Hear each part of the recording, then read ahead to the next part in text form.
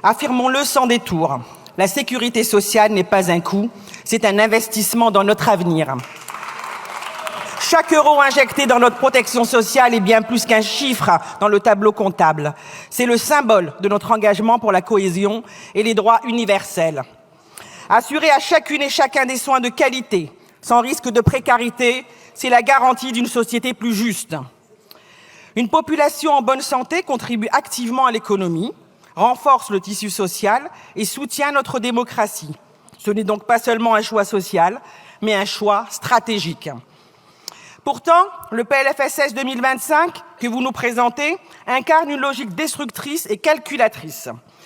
Ce texte, déjà rejeté en commission des affaires sociales, traduit une dangereuse dérive vers la marchandisation des soins, abandonnant les plus vulnérables aux lois impitoyables du marché et au bénéfice d'une minorité, celle des ultra-riches. En prolongeant les dettes sociales absurdes et en imposant des coupes sombres dans les budgets essentiels, vous hypothéquez l'avenir même de notre solidarité nationale, laissant un fardeau insupportable aux générations futures. Cette approche, bien plus qu'un calcul comptable, reflète un choix politique d'une gravité extrême qui met en péril notre modèle social. Loin de traiter la santé comme un droit, ce projet la transforme en privilège. En compressant les financements pour les établissements de santé, vous aggravez les déserts médicaux, laissant à l'abandon ceux qui n'ont pas les moyens de se tourner vers le secteur privé. Chers collègues, mesdames et messieurs les ministres, c'est une trahison des principes fondamentaux de notre République, garantissant à chacun un accès égal à la santé. Cette logique centrée sur l'austérité porte un coup terrible à notre cohésion sociale et réduit notre système de santé à une variable d'ajustement budgétaire, une ligne comptable parmi d'autres. La logique austéritaire de ce gouvernement cherche à faire disparaître toute trace de justice sociale au sein de notre modèle économique, alors même que les crises successives rendent ces protections indispensables. Il s'agit bien de vies humaines, de citoyens qui ont droit à une protection. Et ceci nous oblige tous. Mais au lieu de renforcer la sécurité sociale, ce gouvernement choisit de l'affaiblir au mépris des leçons de ces crises.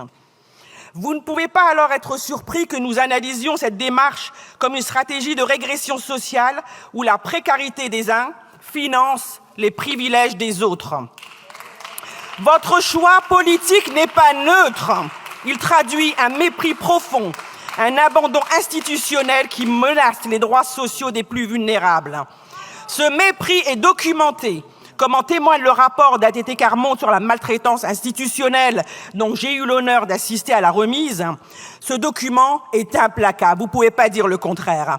Il met en lumière comment les politiques de réduction budgétaire infligent à nos concitoyens les plus précaires des conditions de vie indignes et des traitements dégradants.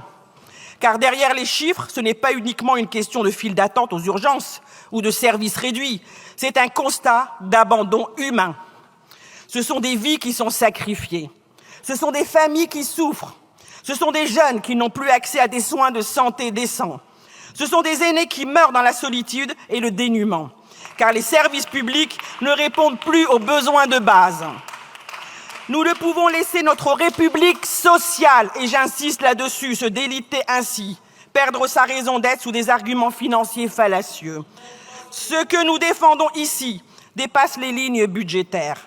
Nous défendons la dignité humaine et l'idée fondamentale que chacun a droit à la santé indépendamment de son lieu de vie ou de ses revenus.